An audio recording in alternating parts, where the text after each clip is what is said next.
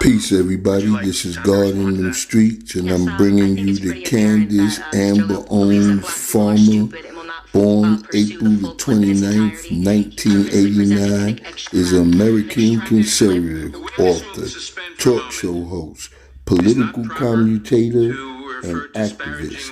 Initially critical of the United States President Donald Trump and the Republican Party, Owens eventually became known for her pro-Trump activism as a black woman, in addition to her criticism of Black Lives Matter and the Democratic Party.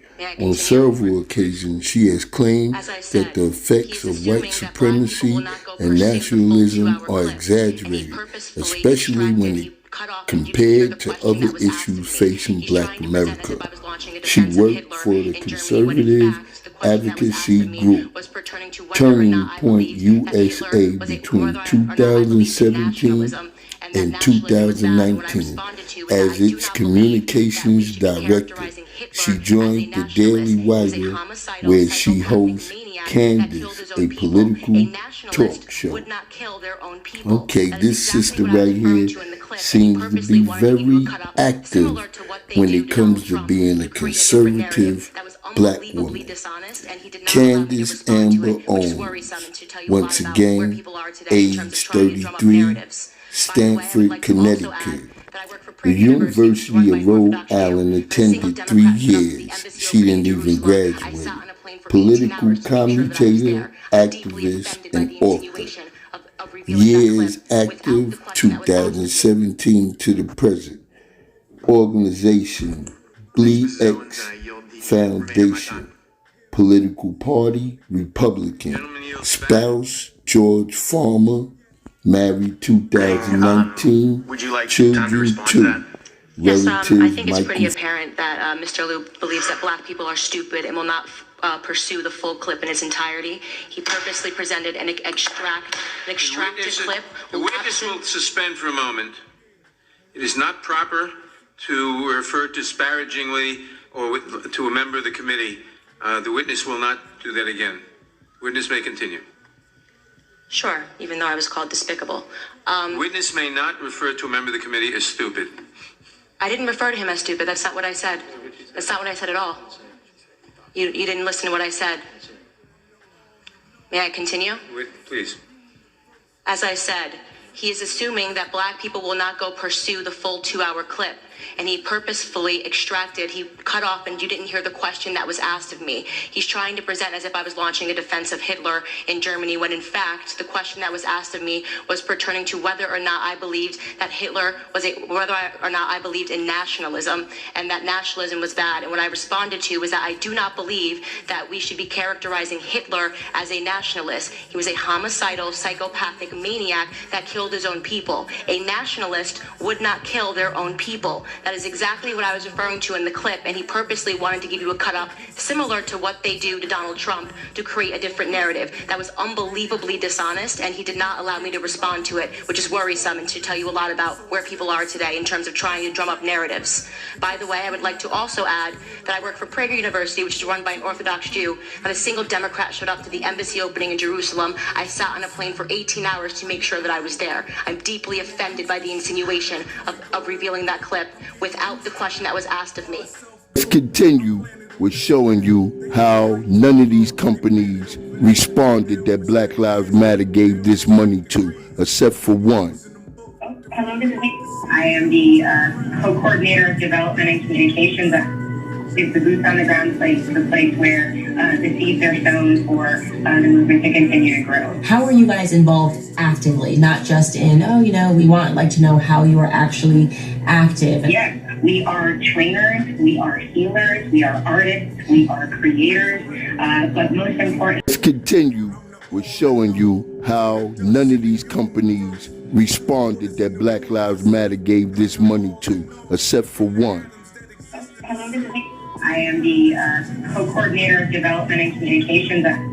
It's the boots on the ground place, the place where the seeds are sown for the movement to continue to grow. How are you guys involved actively, not just in, we want to know how you are actually active? Yes, We are trainers, we are healers, we are artists, we are creators, but most importantly, we are on the front line. We are fighting for freedom. Most importantly, we're bullshitters for the dough. This is great. Obviously, we were, like I said, we gave millions and millions of dollars after the horrific killing of George Floyd. If we give your organization $1 million and something like that happens, right? How are you getting involved? In the past, have provided movement support and accompaniment on the front line at protests. We have supported bail funds. We have supported pop-up workshops. We are not only keeping people we will provide you with paid protesters. That's what she's saying. In community with spiritual workers and with other educators on the ground during those protest efforts, along with this. Made a significant gift for the specific purpose of bailing out protesters during the 2020 uprising. That's so wonderful. One of our economics and governance organizers who worked for... Well, at least they got the dough to bail you out. In Kentucky as part of a protest. And we That's have wonderful. been standing with her throughout that work and been showing up for court dates and packing the court and offering her legal support. So that's what we want to see. That's what we're looking for, yeah. Thanks so much for your time. I hope you have a good day. You too. Thank you so much.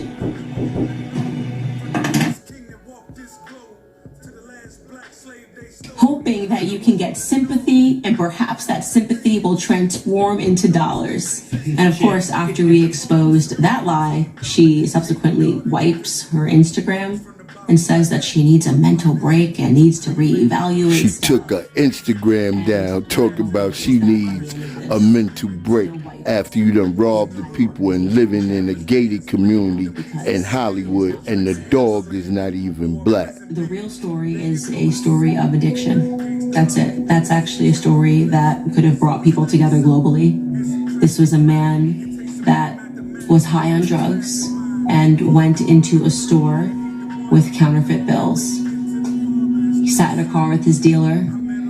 Obviously, they had drugs on them. Drugs were found on them. And I believe that in his final moments, when the police arrived, he ingested a lethal amount of drugs. And unfortunately, however that might be, George Floyd still didn't deserve for that white police officer to keep his knee on his neck for 8 minutes straight. In the end.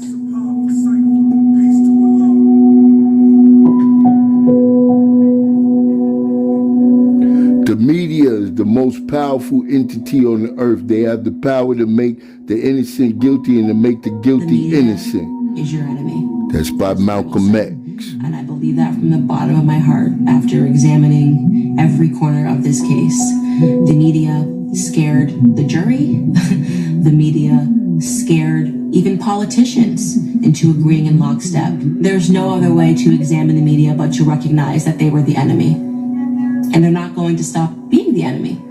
People were deluded and people were lied to, and people should be angry. People should be rightfully angry that they acted the part of a marketing agency for what, in my opinion, is a complete fraud. A fraudulent organization that uses black emotion and black pain to extort dollars from white America. That's what happened. You were all lied to. That's the truth. And I agree with her from that aspect alone. However, I will continue to support my people.